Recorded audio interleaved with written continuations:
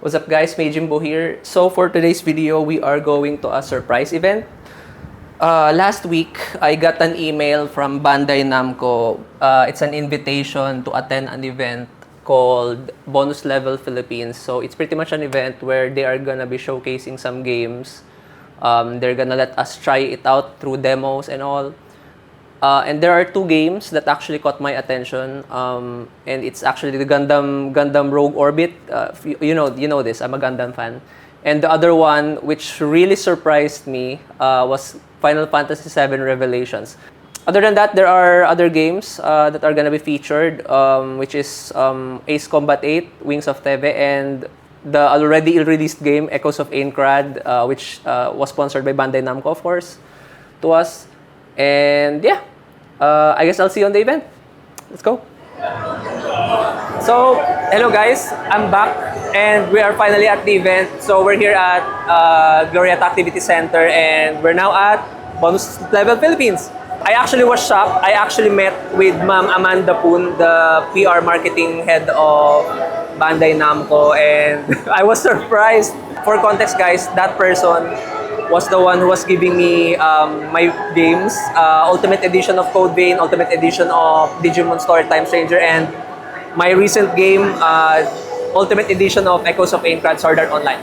So before anything else, the plan for today is we're just gonna be, checking out all the booths. It's actually a big area. We have a lot of booths. We have the one for Ace Combat 8. We have one for Tekken. Elden Ring was supposed to be dead, but it's now revived again with its Tarnished Edition. I don't know what's going on. And lastly, we'll be visiting the booth for Final Fantasy VII Revelations. I am intrigued as to why a Square Enix game is in a Bandai Namco booth. So without further ado, let's go!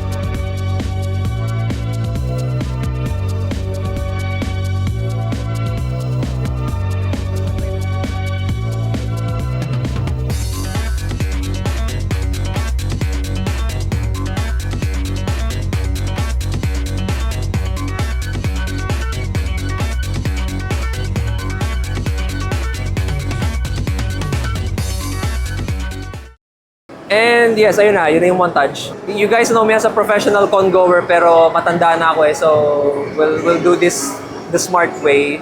Similar on how we do conventions, kasi may mga activity siya. If you do something on each booth, parang may makukuha kang something, and then try natin kumpletuhin lahat. I think all 8 games are here, so plus yung mga upcoming. So tingnan natin kung ano pwede pa natin gawin dito, and our handy dandy razor bag's gonna help us carry the stuff. And yeah, let's go! Feeling ko sponsor naman ulit ako ni Bandai Namco ng Ace Combat 8 pero bala ko lang rin sa PS5 kasi hindi wala kung papasok ang flight stick natin sa PS5, yung Taskmaster natin. So tingnan natin pag binigay na nila, pag na-release na yung game.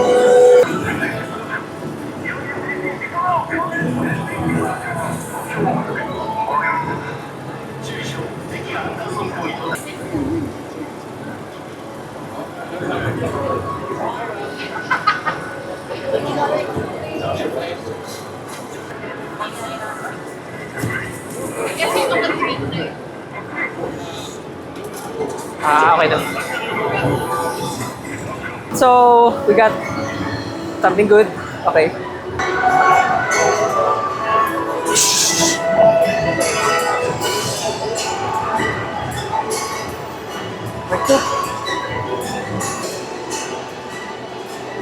Super Saiyan 3!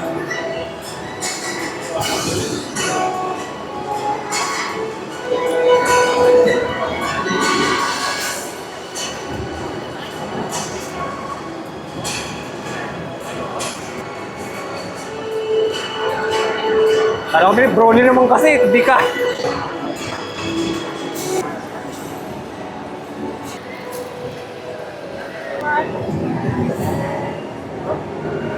Ma'am, interview lang. Oh, sure. Ma'am, anong pakiramdam na nasa loob ka ng death game?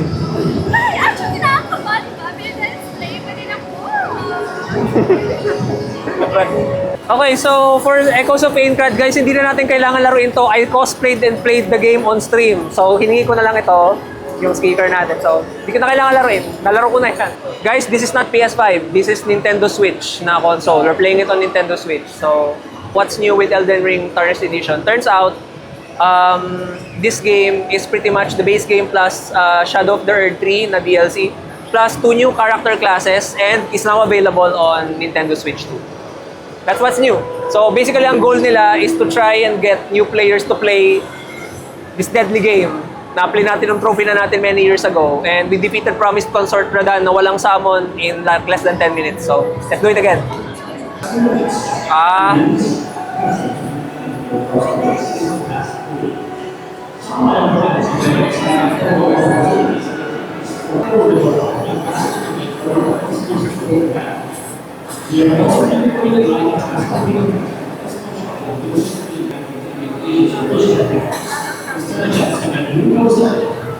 Alright, so itong nilalaro ko ngayon, guys, ay Kunimitsu build. This is the Kunimitsu build. Wala pa si Bob. Wala pa si Bob dito.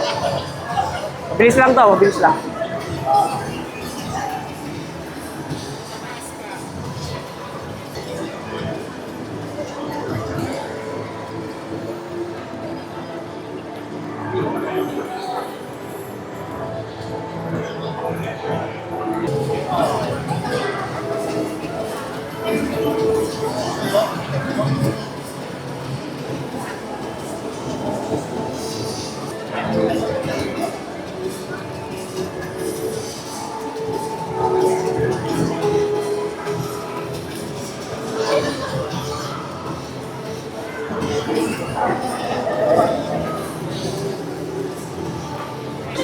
So, one of the games that I wanted to try out sana here at Bonus Level Philippines is Gundam Rogue Orbit. You guys know, I'm a big Gundam fan.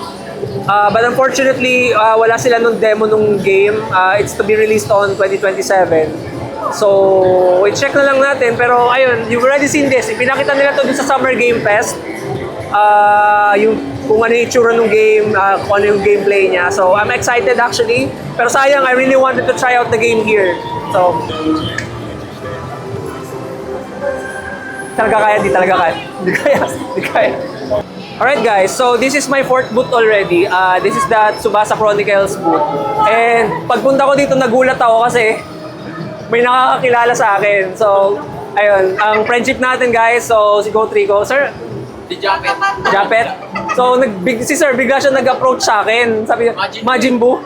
Alam mo, nakakakilala sa akin dito. Dapat secret lang to pagpunta ko dito. Tapos nakilala pa ako. So, si Sir, content creator din siya. Go follow him, guys. Namin niya, guys. Ayun, dito pala ako.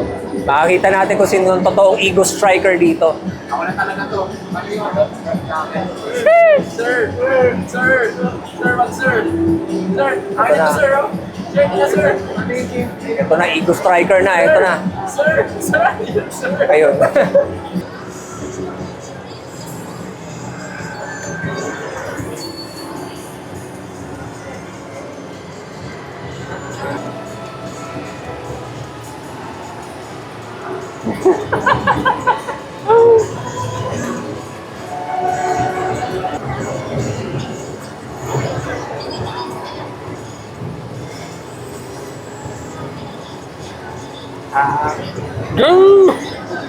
Okay, I think napuntahan ko na almost lahat ata ng booths. Alam ko na. Okay, the one we've been waiting for.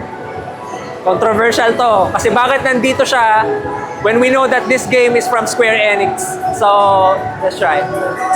Okay, controversial question. Okay. We all know Final Fantasy is part of Square Enix. Bakit siya nasa Bandai booth? Na-problema din siya. Kahit ako, na-problema din ako. Na-problema din ako. comment. So, yun. For context guys, Final Fantasy 7 Remake, hawak ko lahat ng Platinum Trophy ng game na to. Final Fantasy 7 Remake nung 2020, Final Fantasy 7 Rebirth I think nung 2024, 2023 ata, nakuha ko yung Platinum Trophy. So, yung upcoming installment nila was announced, I believe, on Summer Game Fest. Final Fantasy 7 Revelations. It's gonna be the ending or conclusion to that trilogy. Ayun na, lalabanan na namin si Sephiroth doon, and aside from that, lalabanan namin yung mga weapons. And ayun, we're gonna have an airship and access to 2 characters na matagal na namin hinihintay. Si Sid Highwind and ang pinakamamahal natin, ang pinakamalakas na character sa Final Fantasy 7 universe, si Vincent Valentine. He has the Chaos Orb. So, yeah, welcome to Wutai!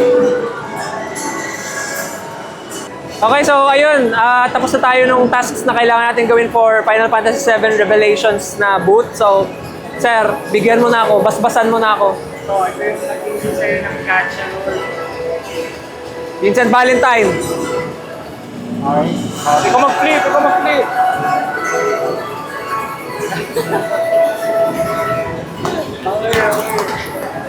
Sir, thank you, sir. Thank you po. Thank you po.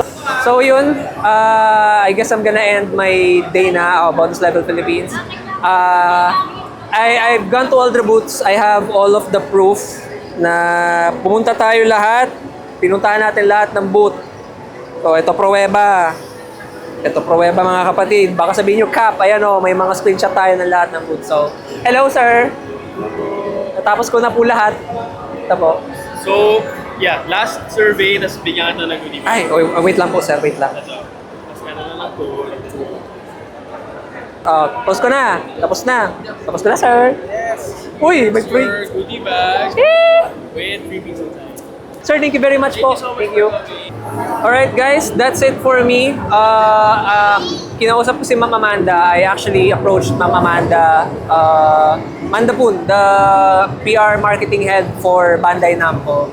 I wanted to personally thank her in behalf of our community for, you know, letting us play games in their Ultimate Edition form, on their Ultimate Edition form. So I'm really happy na we got to attend this event. Sadly, ayaw niya magpakita sa camera. Shy daw si Ma'am Amanda. She didn't wanna be seen on camera. So, we have to respect that. Regardless, I did thank her for inviting us to the event. So, yeah, guys, that's it. Bonus Level Philippines. Another successful surprise event that I got invited. What's next for today? Actually, hindi ko na alam. I'm done. I'm not sure if I'm gonna be attending tomorrow as well or on Sunday because it's pretty much I've finished the whole event. I finished all of the booths. I already have a lot of stuff with me. So yeah, let's see what happens next. That's it. Hindi pa ako uuwi. Ando lang yung event sa likod pero sabi ko try ko muna i-explore Glorieta kasi first time ko ata dito. Let's try the rage. That is whatever this is. Whatever this is. They call it the Dubai Chewy Cookie. And then we bought something called Good Poison. Good Poison. Try that, the Good Poison. Ito siya. Di ba parang sinasawsaw to sa parang pistachio sauce or something? Matcha sauce, di ba? Here we go. 120 ang isa.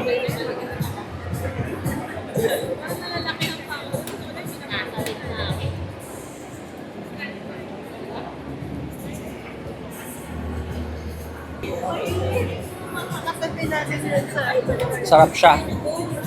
Sarap siya. Para feeling ko ma-addict ako. Shit. In all fairness, masarap siya.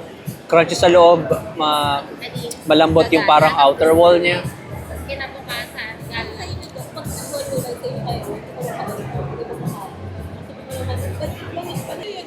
But it does taste good. It really tastes good.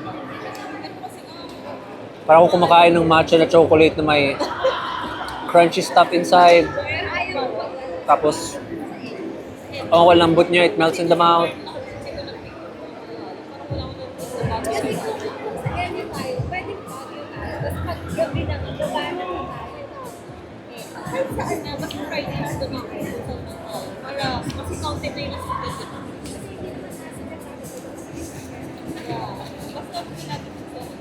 Try naman natin tong Good Poison. Good Poison. Good Poison.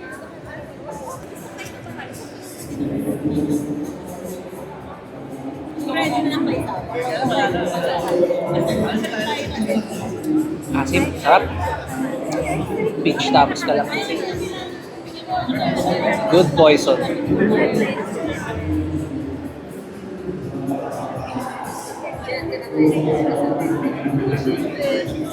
Ayun. Pwede naman yung may conflict. Natural siya. And that was brain freeze happening right there. Ah. But yeah. Revelation yung Dubai Chewy cookie. Revelation siya, in all fairness. I love it. Natatakot ako baka maglabas na ako ng pera dun eh. Let me do the job. Parang dapat di ko na sinubukan, pero we'll see how it goes. Thanks. Ayun. So, hello guys. What's up? I'm actually back home. And, ayun. That actually concludes the vlog for the bonus level Philippines. First and foremost, thank you so much to Bandai Namco Entertainment Asia and to Ma'am Amanda Poon for inviting me over. Kahit biglaan siya. I had to go home early, unfortunately, kasi wala naman akong gagawin doon. And I already fully covered the whole event. All booths on that event are already covered. So, as you've seen on the footage. So yeah, another successful event. That's my second attendance, I think, this year. Sana marami pa this coming months before 2026 ends. And of course, looking forward to more partnerships with Bandai Namco. I know there will be a lot because we still have Ace Combat 8. I think I'm gonna get Ace Combat 8. I'm sure Bandai Namco will sponsor us those games again. And of course, Final Fantasy VII Revelations, even though that's Square Enix, we got the info that actually Bandai Namco was their marketing and publishing company. And of course, Gundam Rogue Orbit. So with that said, guys, do check my other socials, Twitch, TikTok, YouTube, Instagram, Facebook. Do follow me on those. And always remember that you are loved, you're important. I will see you guys on the next video. Bye, guys.